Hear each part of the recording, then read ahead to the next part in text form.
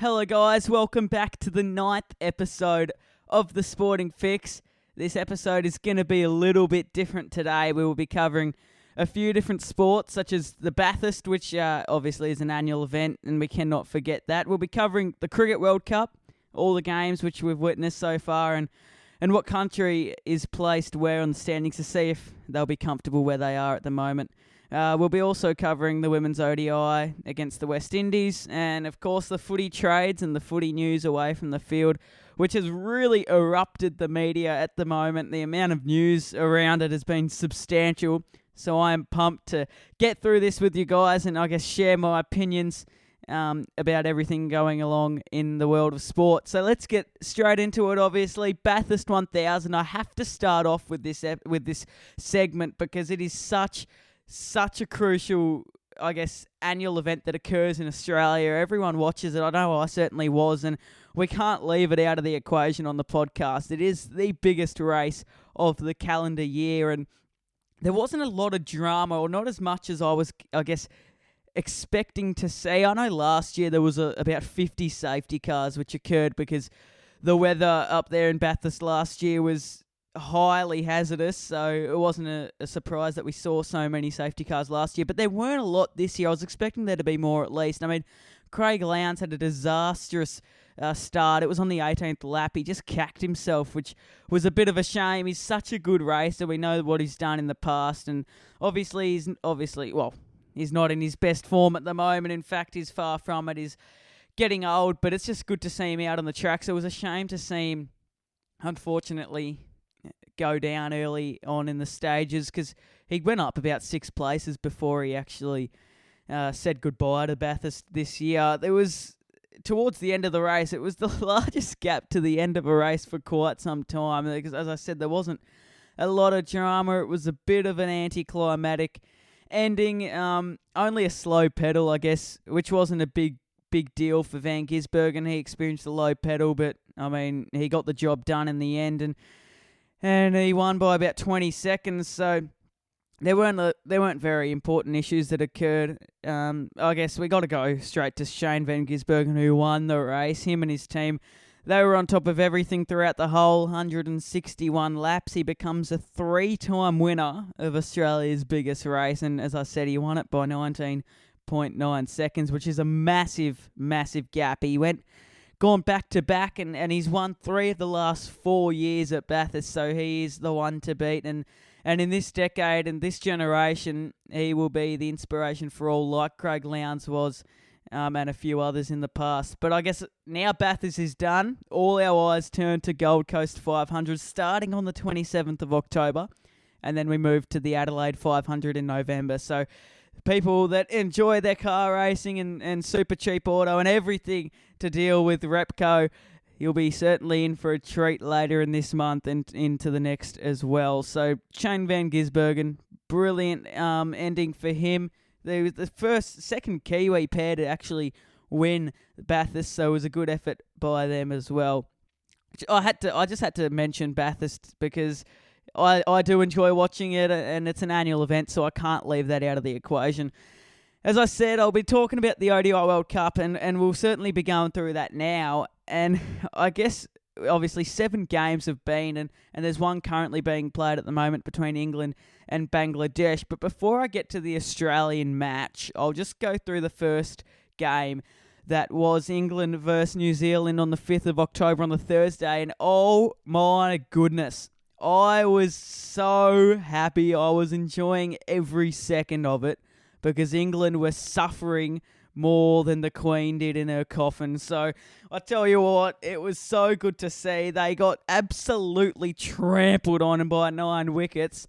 And at the start of it, so I was very concerned, I guess, early on because when England were batting, they had a pretty good start, although they just lost wickets at the worst time. Johnny Burstow got out for 30, Harry Brook for 25, Joss Butler for 43, Liam Livingston for 20. So you get these starts and they just coughed it up. So obviously as an Aussie point of view, it is so good to see.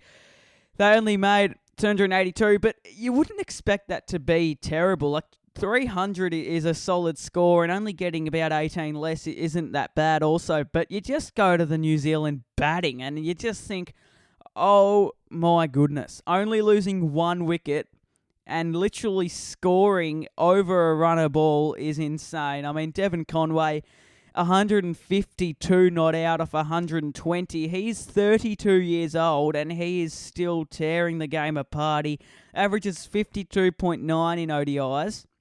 He averages 50.1 in test matches and 41 in T20 internationals. So he is actually very underrated. I don't hear a lot of, news and compliments about him. So I just want to, a little compliment to him about how good he is going. And he could be the leading run scorer at the end of the World Cup. And he's certainly in the best position to do so. And then his other mate, Rachin Ravindra, 123 not out of 96 deliveries. He was unbelievable as well. Unfortunately, they did lose a wicket, but it was Will Young who got out for a golden duck. It was Sam Curran's first ball, and he got out for a golden duck. So it was a pretty poor performance by him. They lost it when they were 1 for 10.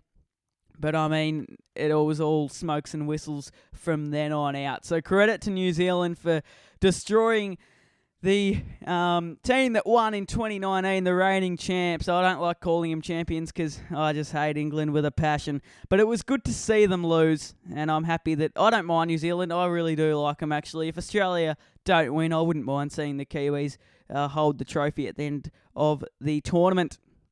We now go to the second game. So this is Friday, the day after. It was Pakistan and the Netherlands. I was obviously, and everyone else on the planet would expect the Pakistanis to beat the Netherlands, and that's exactly what they did. It was a solid performance, nothing special, but it didn't need to be special. You're versing a team that probably doesn't even know what a cricket ball is, but they did well to, hold Pakistan at reaching point. They didn't get swamped by them, and that was probably their main goal. They were obviously going to lose. It was just whether they were going to lose by the length of the Flemington Straight or not. So Pakistan, they had a bat first.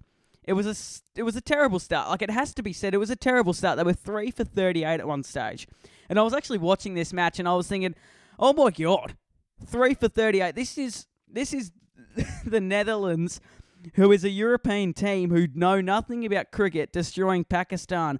Obviously, as everyone was expecting, Pakistan would start to adapt and find ways to hit back at Netherlands, and that's exactly what they did with Mohammad Rizwan, the keeper, 68, and Shaquille, 68 as well. So they built a nice little partnership, and they ended up getting 286, which is obviously enough for the Netherlands. They only made 205 in reply, but you have to mention the bowling of Haris Rauf, 3 for 43, most wickets in that game, and he did well. He had an economy rate of 4.7, so you'd take that any day of the week in the ODIs. Hassan Ali, 2 for 33, and Shaheen Afridi, Nawaz and Khan, as well as Ahmed, with single wickets also. So all the bowlers took wickets. It was nice to see. There was only one duck in the Netherlands innings, but nothing special. Only 2 50s for them, the opener, and then a person batting at 4. I will not even pronounce that name. So the Pakistanis win, the New Zealand, the Kiwis win, and we go to the third match, which was also on the day after. So Bangladesh and Afghanistan, not a lot to say here, apart from I was expecting Afghanistan to win. I was only watching the end of the game. There wasn't a lot of things happening, especially with, the two teams which aren't that well known. They were producing not really good cricket at all. They only made 156, the Afghanistan people, so they went in, they batted first and couldn't even make the 160 mark, so it wasn't great to see. You were expecting a bit more from them. Obviously, in reply, a lot of people would have thought that Bangladesh would have chased down those runs, and if they don't, they should really rethink about them actually being a cricket team, and they did so. So they did chase it down, and that was really good to see as well. So I'm happy about Bangladesh winning. I like the underdogs, and they'll be up and about, quite confident leading into the next match. So good on them as well. And now we go to the fourth match. So there's a bit going on here with the ODIs, and obviously it's a World Cup, so you'd expect there to be a lot of matches. And I can't watch all of them, but I'll just wrap up what happened in the South Africa-Sri Lanka match. There is a lot to talk about. Not only records, world records, innings, like, there is so much to say. Before I start, I just want to tell everyone that South Africa's innings was the highest team total at a World Cup, and they made 428 runs. That is absolutely insane. It is just insane. There's no other word to put it, really. I mean, you talk about Quinton de Kock, the opening batsman, 100 off 84. You've got Markram, 106 off 54. That's a strike rate of 196. You got another bloke, 108 off 110 deliveries. So I talked about a couple of episodes earlier. When you want to make a big score, you need a couple of people, one or two, just to make a solid score. You want at least one person to make a century in your team, and that'll really build a nice foundation to build forward. And certainly, when you got people making, like 3 different people making centuries, of course you'd expect to have a big total, and there's no bigger total in a World Cup than what South Africa produced then. So good on them.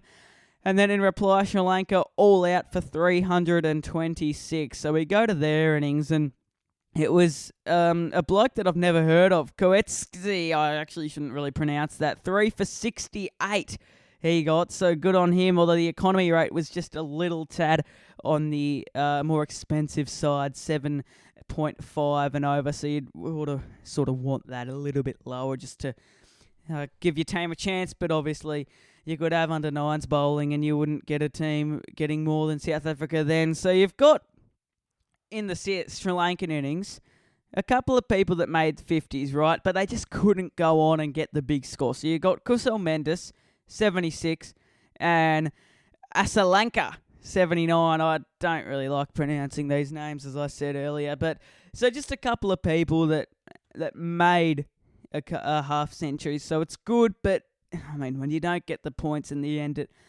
it doesn't mean jack. So you go to another match.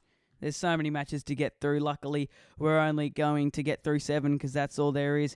But this is the one we've been waiting for. This is the one I've been counting the days for, the years for. The first match that Australia play. It was the 150th ODI between these two teams. And this match I'm going to really dissect because I was watching this match for quite some time.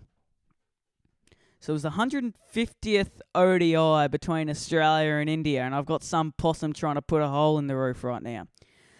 I was expecting a change of momentum. It just never came. So Australia, they batted first. They won the toss, which was vital because it was a flat wicket. It was a 35-degree day, and it was vital to win. So they won it, and I was up and about. They won the toss. They batted first, which was the right option. But they wasted it. I was expecting a change of momentum, as I said. I was expecting the run rate to increase. I was expecting the pace of the game to just skyrocket a bit. It just never happened. You expect, Australia to adapt and then move forward. But we lost wickets at the worst possible times. And I mean the worst possible times. So Mitch Marsh gets out for a duck, and that is just class bowling from Bumrah. He never got into position. He never got into confidence. I know he only faced 6 balls, but I was watching him, and he was not in his state of mind that he usually is. He got an edge, and it's a wicket, and it's 1 for 5. And you're thinking, oh my goodness. Well, I was certainly thinking, oh my goodness. That's a poor start. He's been in form, Mitch Marsh, and he's out. Enter Steve Smith. 46 he made, and then Warner 41, and they made a solid partnership. So they were 1 for 74 at one stage, and we were pretty happy with where we were. I was happy where Australia were. And then you lose a wicket of David Warner, and then you're like, okay, now this is a big partnership with Smith and Labuschagne. But it just never happened. As soon as they built a foundation, they built a base to push forward, they got some runs, they lose a wicket. And then you have to do it all again. The process, it's only limited overs. It's only 50 overs you get as a team. And the more and more time you spend building a partnership, which can be really vital, and then you lose it, you then have to go back to square one, and it just keeps on going. It's a domino effect, and that's what happened with Australia. It's frustrating to see, and at the end of the day, they only made 199. That is that is dismal. That is highly, highly embarrassing. 199, but it wasn't only like they got bowled out. It was they faced 49 overs. So their run rate was acidic. Like, you'd expect them to get out for 199 in probably the early 40s overs at best. But for them to get out at virtually 50 overs just shows how slow the game was. But you have to give credit to the Indian bowlers. Ravindra Jadeja, he got 3 wickets with an economy rate of 2.8. That is absolutely absurd. Jasprit Bumrah bowled well, as I said. Mohammad Siraj, everyone bowled well. It was only really Hardik Pandya that got the 9 and over, but apart from that, Australia were all at sea, and it went from bad to worse. Like, it was just a catastrophe, and I don't want to spend too much time on it, but I feel like I have to. Like, they were all at sea. They were on a canvas. Just a waste of reviews, the waste of innings. There's not much else to say, really, apart from Australia battered terribly, and in reply, with the bowling, they didn't bowl well. We have to talk about the start because it was the best start you'll ever have. They were 3 for 2. India, they were 3 for 2 after 2 overs. 3 for 2 after 2 overs. So they lost 3 wickets in the first 2 overs. Rohit Sharma a duck, another bloke a golden duck, another bloke a duck. So you got 3 people with a duck, and then all of a sudden, I look at the scoreboard, and they only lose 4 wickets at the end of the innings. So India lost 3 wickets at the second over. And then they only lose 1 wicket from then on. It's just Australia, they have momentum and they've got to make the most of it, and they did at the start. But when you start to build dot ball pressure, you've got to force that mistake, and they didn't do so. Their fielding was atrocious, and there's not much more to say apart from they really need to bounce back. They're in a pretty poor position, I should say.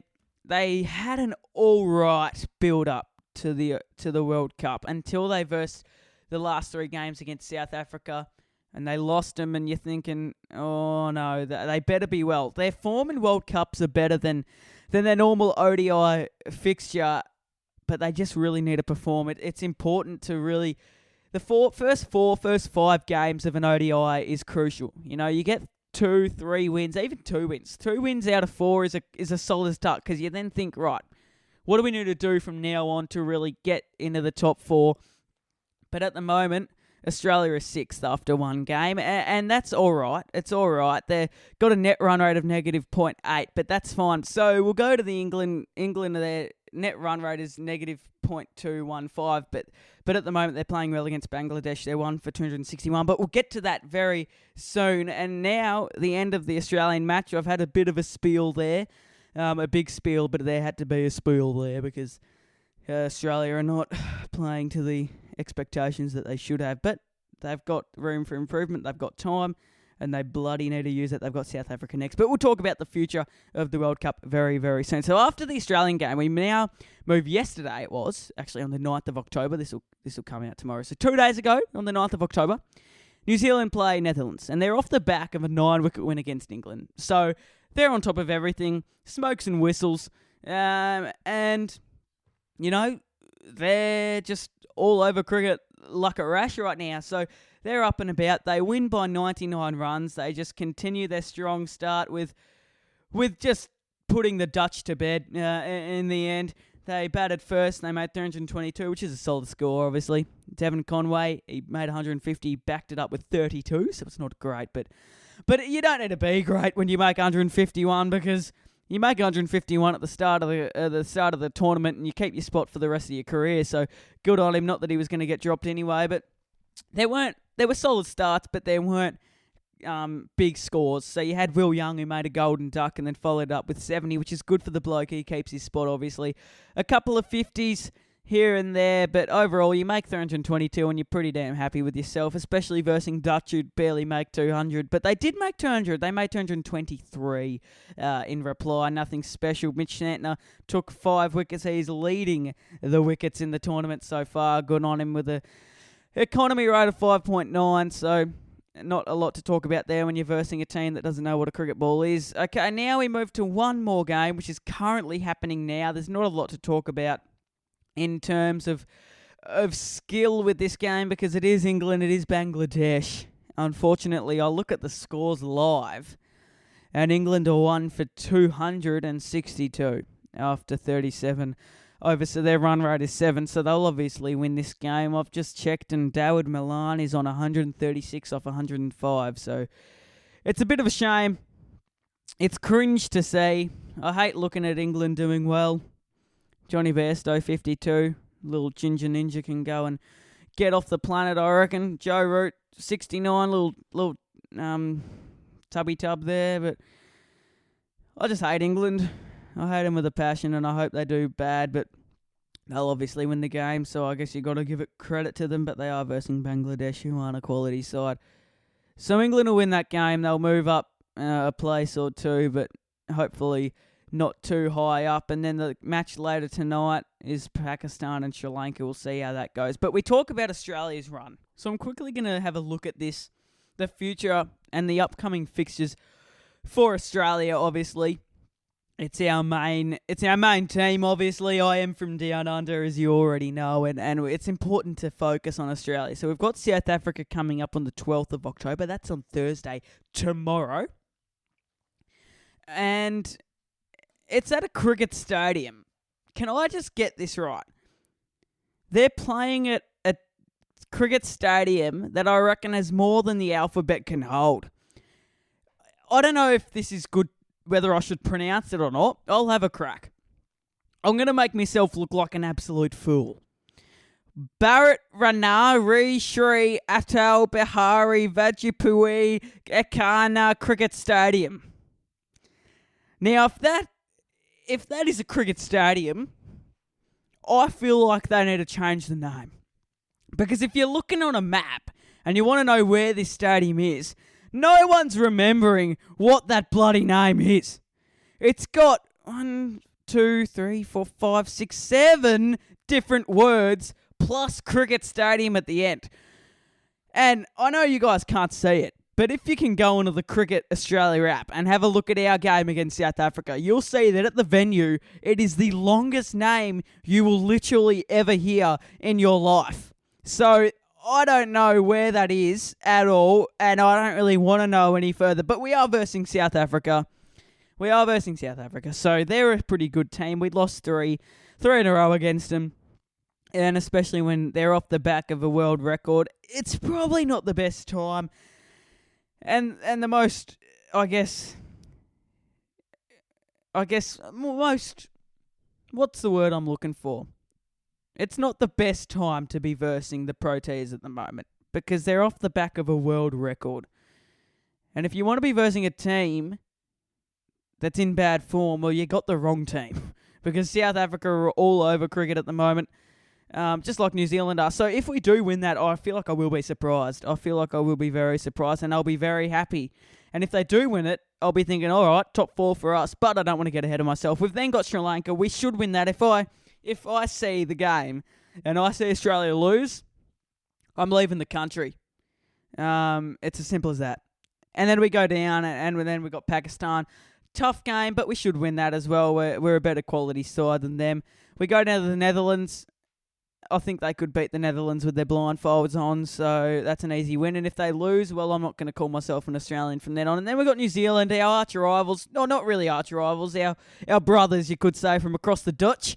And we'll be happy to verse them and hopefully get the job done in the end. And then, obviously, we'll keep going down. And we'll see us versing the most hated team in cricket, England. They're a team that have destroyed Alex Carey's lives. They're a team that has destroyed so many Australian lives, and we're about to destroy their lives on the 4th of November. If we lose to England, I'm going to have a coronary. And It's a long way down the track, but I bloody hope we beat England, or else, yeah, I will not be a happy chap. We've then got Afghanistan. That'll be a win, hopefully. Bangladesh will have a win there, and then it's into the final. So it's a bit of a fixture. It's a long fixture. You verse each team once. So it's fair at the end. I like the way it's set up. And we talk about like the stats, the runs. So Devon Conway's on 184. And then the two New Zealanders, Rachin Ravindra, 174. But the most for Australia isn't even in the top 15. So that just shows how we're going at the moment. And then the wickets, Josh Hazlewood is there on 3, but that's about it. Mitch Santler leading on 7. So I feel like we've had enough cricket. We've spent about a year and a week or spending on cricket today. So we're just going to move down to the women's cricket, shall we? It was over in a flash. I mean, you blink and it's gone, and it's an ODI, and you're thinking, oh, okay. So you go to the first match, and they bowl West Indies out for 83. No Hayley Matthews is just shows that she holds the team together. Kim Garth, 3 for 8. There are figures that you won't see every day. And then, obviously, Australia in apply, 38 for Healy. Elise Perry, 20 not out. Nothing special. It was a very special performance from the bowlers, just not from the West Indies batters at all. Their fielding was atrocious, as bad as you'll see. And that's that, really. So there's not a lot to talk about. Just credit to Australia there for winning. And now we go to the AFL trades. If there's a bigger time in AFL away from the field, actually, there is not a bigger time and bigger news and headlines and everything about AFL than there is at the moment. So we've got Tom Doherty to Brisbane. So he's coming back from Adelaide and he's moving to Brisbane, which is a good call. I feel like it's a good call. I know Adelaide are in a good position. They just missed out on finals. They're a quality team. They've got young talent, and they're going to be successful into the near future. So good on them. Good on him also. So he's moving to Brisbane, who made the grand final. So it's a destination club. I'd be concerned if he moved to a team that is in dire straits, but he hasn't. So he's moved to Brisbane. We now move to Gold Coast, and Charlie Constable has officially retired. He was good. He was good for me fantasy. It's a bit of a shame that he's retired because he was worth about 400k in me fantasy team, and he got about 80. So 80 in the first 2 rounds. So it's a bit of a shame that he's retiring. Good on him. I like you, Charlie. Thanks for doing well in me AFL fantasy team. So bit of a shame there. But Todd Goldstein going to Essendon. I don't know about this bloke, to be honest. He's secretly got a soft spot for North Melbourne. It's weird seeing him in the red sash. I feel like he doesn't even know what he's doing at the moment. He'll only be there for a year and then he'll retire, so I don't really see the point. If he was going to move to a team that'll win a premiership like your Collingwood, like your Brisbane, but not Essendon. There, I don't know why he did that. Probably just to be under Brad Scott and with his mate Ben Mackay, but it's a bit of a shame there. And now I'll just have to honour Sam Walsh with a Gary Ayres Award winner. He was the first player to win it without making a grand final, so credit to him. It just shows how classy he was in September, and it just shows how classy a footballer he is and how he does it on the big stage. Pressure does not get to him at all. Marby Ochoa to Hawthorn, he's going. Marby, it was about... He was either going to choose Hawthorn, it was either going to be Adelaide, or it was either going to be North Melbourne. So he chose Hawthorn. Good for him. Hopefully he gets a game and a couple of games, actually. Hopefully gets a whole season in and performs well. Josh Dacos wins the Collingwood Best and Fairest. Good on him, obviously. We'll talk about a few other Best and Fairest. So we've got Zach Merritt, Errol Goulden won it for Sydney. Zach Merritt for Essendon, obviously. We've got Bontempelli for Western Bulldogs, Jack Sinclair for St Kilda. Toby Green won it for the Giants. He was the only forward to win it in the league. Harris Andrews, Best and Fairest for Brisbane. Tim Taranto, Richmond, Best and Fairest. But I just want to touch on the Brisbane one. So, you got a Brownlow medalist in your team that doesn't make the All-Australian side, that doesn't even win your team's Best and Fairest. And I don't want to dwell on the Brownlow again, but I sort of have to. So you got a Brownlow medalist that doesn't win your Best and Fairest as a team, and he doesn't win the All-Australian. To expect a Brownlow medalist to do that, so that just shows the corrupt nature or how it should be changed in the AFL. Tim Taranto, Richmond, Best and Fairest. Tom Stewart, Cats, Christian Petrarca won it for Melbourne, and of course Josh Dacos for Collingwood. So congrats to all those players. Jordan Dawson won it for the Crows. He was always going to win it. He was by far the best in the team. But here's the big story, which has been around for quite some time. So Taylor Adams to Sydney. It's not confirmed yet.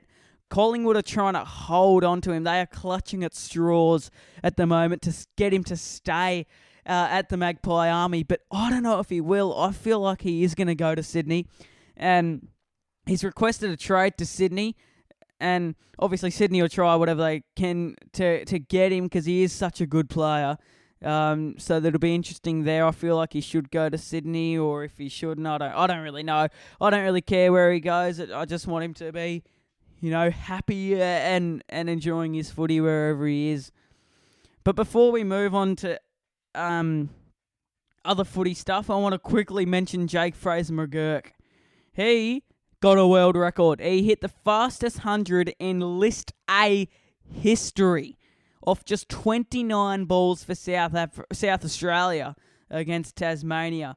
I was looking at the scores, and I saw this bloke, and I didn't know if I read it correctly or not, because I saw about 120 off 30, and I'm thinking, what the hell? Am I reading this correctly or am I not? Because seriously, it was unbelievable to see. I thought it was a typo or something. It certainly wasn't. When you look at the highlights, you know exactly what he's capable of. He hasn't been great in the BBL, but hopefully this is his I guess, starting point and I guess, innings to sort of boost his career into a solid platform to really shine in the BBL as well. So credit to him. It was absolutely brilliant. He won. He obviously got in 29 balls, and then Chris Gale second in 30. So it was unbelievable by him. Congratulations to him. His final innings was 125 off 38, and 118 runs off his 125 came from boundaries. So that just shows how powerful he was hitting it on Karen Rolton Oval. So credit to him. Well done. And obviously, I know I said this is AFL trades away from the field, but I have to mention Oscar Piastri, who won his maiden F1 race. Congratulations to him. He is a genuine gun. He is young. He's an Aussie. He's an F1 racer, and he's tearing the sport to shreds. And I hope he does so continually. I hope he puts, he's the next Lewis Hamilton, hopefully. So, well done to him as well. Not a lot more to be said apart from a few listings that Sydney made. They delisted Ryan Clark, Will Gould, Hall Cahan, who I don't even know is, so Cameron Owen, Lachlan Rankin and Mark Shether. So they're just clearing out their list and trying to refill it with people who will produce some good quality games and hopefully produce a flag for them later. St Kilda have re-signed Zach Jones, Ryan Burns, Liam Stocker and Jimmy Webster for next season. So they're all pretty good players and hopefully they can do a good job also. Obviously I said Tom Doherty is going to Brisbane, but Lockie Schultz is also a big talking topic at the moment. He's a contracted Fremantle forward and he's exploring interest from Collingwood. If I was him, would I go to Collingwood? If I'm contracted, would I not? It's a debacle. But if you want to win a premiership, bloody oath head your fat ass to Collingwood because you'd win a premiership more likely than Freo. But it's more whether you want to be loyal. Do you want to? Who do you want to be remembered for? I guess is where we're going with this. So, do you want to be remembered as a player that's loyal, that wants to be at a club, a one-club player, and experience the worst of times and experience the best? Or do you want to be a player that goes to a club with no real intent or poor circumstances? So it's either a choice, whether you be loyal or you be selfish. And I'm not saying going to Collingwood is selfish. I'm just saying, it's probably not the right option, especially if he's contracted. I'd stay at the end of his contract and then head to Collingwood, but it's obviously his decision, and whatever way he takes, there'll be a bit of news around it as always. And now we move to all the stuff. So there's a lot to talk about. I hope I've covered all of it. This is what I need. I hope now there's a lot to talk about. There's a lot to witness, and I hope that I've covered all of it because there is a lot to cover. If I've missed something, I'm so sorry because there's more to endure than there is to cough up. Xavier Dersma to Essendon, potentially. Demons are open to trading James Harmes. North Melbourne are considering a move for pick 1. Fremantle have interest in Logan McDonald, who is out of contract at the end of 2024. Crows have confirmed Clayton Oliver talks never progressed. Essendon stated that Liam Shield is not on the market. Xavier Dersma to Essendon, as I said. Goldstein becomes a Bomber. Schultz is going to Collingwood. Bulldogs trade pick 10, pick 17, and a future first for pick 4, 46, 51, and a future third. Tom Doherty joins Brisbane. Crows got pick 19 as a compensation for that.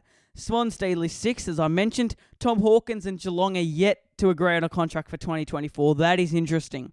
Jade Gresham is informed St Kilda that he will be joining Essendon as a free agent. So Essendon trying to pull every single player from the damn league and put him at Essendon, really. And Port Adelaide traded a future first-round pick to Freo for pick 22 and a future second-round pick. Oh my goodness, there is a lot to talk about. There is a lot to endure. Half of it doesn't even make sense. It is so confusing. But I hope I've covered everything. And one last thing, James Harmes to the Bulldogs for a future third-round pick. So I feel like I'm talking gibberish. And before we end, I want to just talk about all the best and fairests. There were 4 from the 4 best and fairest that were their role as a defender. That's Harris Andrews from Brisbane, Jacob Wiedering from Carlton, Tom Stewart from Geelong, Harry Schuser from North. And then there's one forward, which is Toby Green. And then the midfielders, Jordan Dawson for Adelaide, Josh Dacos, Merritt, Caleb Sarong from Freo, Noah Anderson won it for Gold Coast, Will Day for Hawthorn, Christian Petrarca for Melbourne, Butters for Port, Taranto for Richmond, Sinclair for Saints, Goulden for Sydney, Tim Kelly for West Coast, and Marcus Bontempelli for the Dogs. So, I feel like, I know, well, I'm pretty confident I've covered everything. I have spent a lot of time on a lot of different topics. It's been 39 minutes roughly, probably around that time at least, that I've talked, and my voice is losing. So thank you guys so much. I hope you enjoyed this episode. I hope you've got all the information you need. I'll see you next week. Have a good one.